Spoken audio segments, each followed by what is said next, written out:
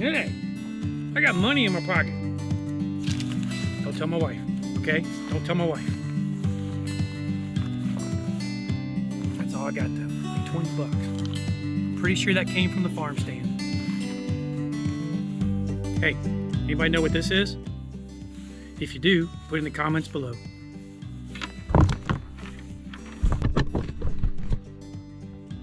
For today's adventure, I don't need a lot of tools, which is nice. I do need to carry some tape though, so when I find problems, I can mark it. We only need a couple of things. And I don't necessarily need my vest, but it does help to carry some of my extra gear. Like I am gonna carry some water today, extra water for my spray bottle for up here, but also some water to drink. That's something I haven't been doing a lot of. So I'm gonna carry a little bit of that. This thing works really well for carrying most anything. Here's my water jug. Yep, that smells like water. It's not really water though, guys. I did a video on a thing called Liquid IV, and I have to say, that stuff worked like a champ. I'll leave a link in the description to it. I've had a lot of problems with cramps in the last couple of years.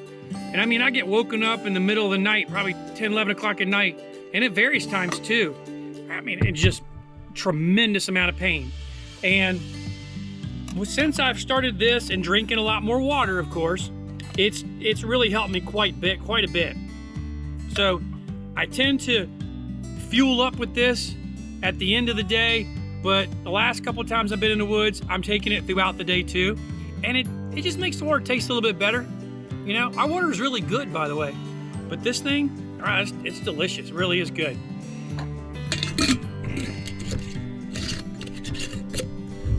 All right. The other tool we're gonna need is our spray bottle. And this is permeate, meaning it came out of our tanks. Yep, pretty good water. So pretty much just fill your bottle up. And I'll go over this again in a minute, what we do and how we do it. I get these bottles from Lowe's. They're cheap, they work. They don't work forever, I can tell you that. But they do work for a while. And you're gonna, for me, this is the vital first step in getting the lines cleaned and ready for the real cleaning we're gonna do later in the summer. But right now, we need to get all the taps out of the trees so the trees can begin the healing process. Don't fill it all the way up. You're gonna run it over. So, wherever I put this, here you go. So this guy's gonna sit on my belt somewhere, most likely in this pocket right here, and it works pretty well. Just bring up your tap, squirt, squirt, keep on going. The remaining water is gonna go into my back, into my pocket in my back, and it's gonna sit right next to the other water. Now that I'm carrying a little bit extra water, it's not heavy, but it likes to pull backwards. That's kind of uncomfortable. Now the next thing we gotta do is get my earbuds in, set up a nice sermon. Today we're gonna be listening to Paul Washer. I'm not sure what his sermon's gonna be about, but we're gonna enjoy that sermon by Paul Washer. Now before I put my ears in, let me show you what we're gonna do.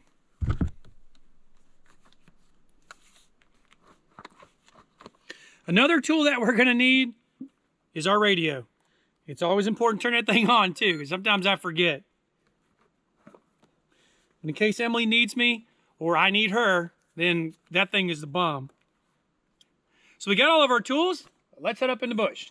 Wait a minute, we're already in the bush. Let's go over there.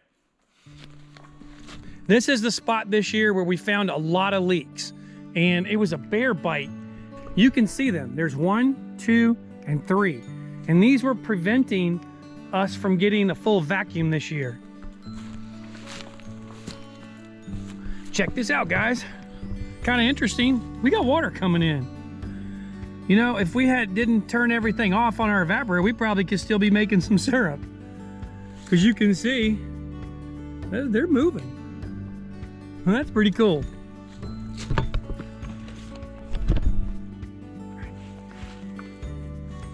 So this works really easily. All we do is put this little guy under, pop it. Now you can hear it pretty good.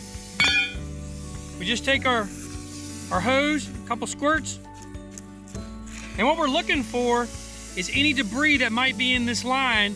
We want to knock it into the main line or into the main part of the lateral here so that it will go downstream back to the barn. We seed it. I set all mine a certain way so that I know that I did it. When people come and help me, I ask them do it a different way so that I know, who's done what. Pretty simple.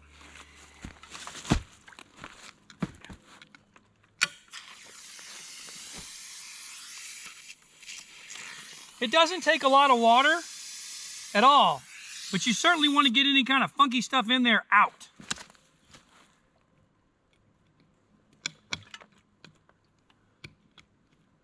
There we go. Squirt, squirt. Look at the line. And guys, this is really important that you're spraying in the lines, or for me, it's really important that I spray in the line because in all honesty, this is the first defense in really getting your lines as clean as you possibly can. It's the end of the season. There's still some water going in the lines. And we've got some yeast and other stuff in the lines because now the trees have sent up sap, true sap. And that true sap can contaminate, sit in these lines, and it can get kind of funky. So this spraying gets it at least out of our drops.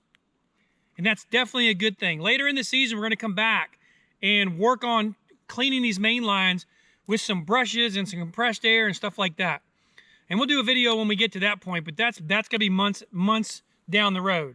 Right now, the real focus is to get all of our taps out and all of our lines cleaned. Let's see what we can get done. When I'm doing this kind of work, especially when I'm on a steep section, this one not so much.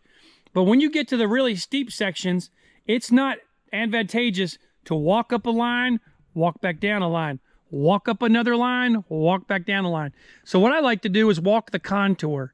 And in this case, it's not necessary, but what I would do is I might start over here, hit that tree there, come over, hit the next tree, come over, hit the next tree, go down, hit the next tree, keep going all the way till I'm done at the end of the section, and then I'm just walking right back over. Now, in this section, it's a little wider, so we have lines spread a little bit farther apart. So that doesn't necessarily make sense. But when you get down to some of these steep sections like below me, that's where it starts to make sense because walking up and down really puts a hurt on you. Look really close. You see that right there? That is just yeast and junky stuff that's up in the lines. There's another piece of it. So we're going to pop this line, spray some water into it, and watch that get pulled down by the vacuum. Ah, there it is.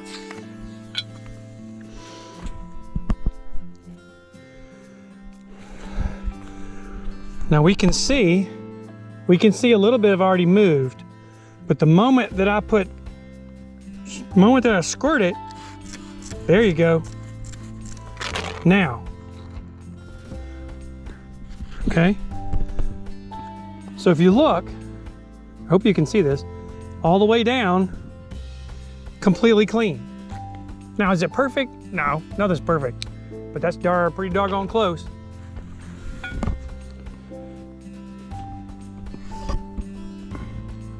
I'm about a third of the way through this section here. You see the side-by-side down there where I started, but I still got 2 laterals to go that way. And then I can come back behind me, which is actually behind the camera, over this way over here.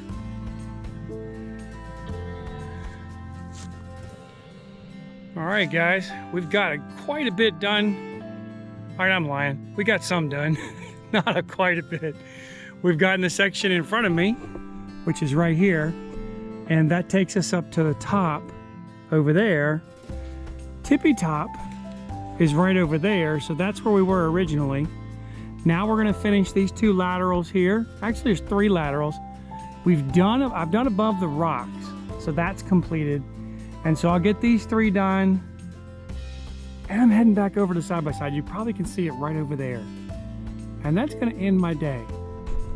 So it is important to get the taps out of the trees as quickly as you can, but it's not, let me say this. You know, if it takes you a week or two, it's not a big deal compared to tapping. So when we're tapping, that is really important, because what we're trying to do is not have the taps in the trees so many weeks, or, you know, it's really weeks, it's not months. We're good for about 8 weeks for taps, maybe 10. So if we put them in too early here, we'll lose a lot of the water that we could collect towards the end of the season. And so you want to make sure that when you tap, it's as small a window as possible. So the tapping for me is probably one of the most challenging things I do here on the farm. Untapping, not so much. So towards the end of the season, while there's still water in it, and the air is cool, the days are still cool, not freezing, but also not warm, we turn the vacuum on like we're doing today, and I'm able to get the water. I squirt the water in. I see water moving now. I squirt the water in and it goes all the way down to the bottom. And that's important because it's going to be the first line of defense for cleaning these lines. Now in the summer, or maybe, I don't know when we get into the next rhythm, we've got to get our chickens and some other things here on the farm straight, some fencing things straight, and then we'll come back up in the woods and clean our lines. So getting that part of it done isn't as vital, because that can be done any time of the year. The taps do need to come out, and that's what we're doing right now. So what I've got to finish again is this section right here in front of me, just up there where the rocks are. And that's it. Just 3 little laterals, probably around 20, 25 taps, if that many. I hear my kids. I'm on the top of the mountain in my house, or our house. There's no way you can see it, probably. Our house is right down there. It's way down there. And I can hear the kids screaming. That's just a hoot. So I'm gonna get done here. I'm gonna go down and hang out with the kids. Here they go again. Thank you guys for watching our videos. Please give us that thumbs up. It helps us. What really helps us are your comments. You know, you guys make some wonderful comments. This morning alone, I got a few comments on different videos. One was somebody putting in the pump on a Kenmore Elite wash machine. Now, we're a maple syrup farm, but everything kind of happens here. Well, not just we're a maple syrup farm, we're a maple syrup farm and we do a B&B, so we're forever washing clothes. And this is my second or third pump that I've put into the washer, and that's one of the things that got me going on YouTube, because after the first time, I couldn't remember how to do it. So I went ahead and made a video. So on the third time, which is coming up here soon, I'm sure, I'm gonna watch that video and figure it out. But somebody made a comment, and how cool was that? That just made my day special. So if you guys leave comments, we really appreciate it. We read them all. If you ever want to visit the farm, go to millgapfarms.com. Check it out. You can try our syrup, or you can just come out and stay on the B&B. It's like in the middle of nowhere, convenient to nothing, absolutely nothing. Get ready for a digital detox, because there is nothing out here. So until next time, guys, God bless you. Here we go. It's gonna be a blast.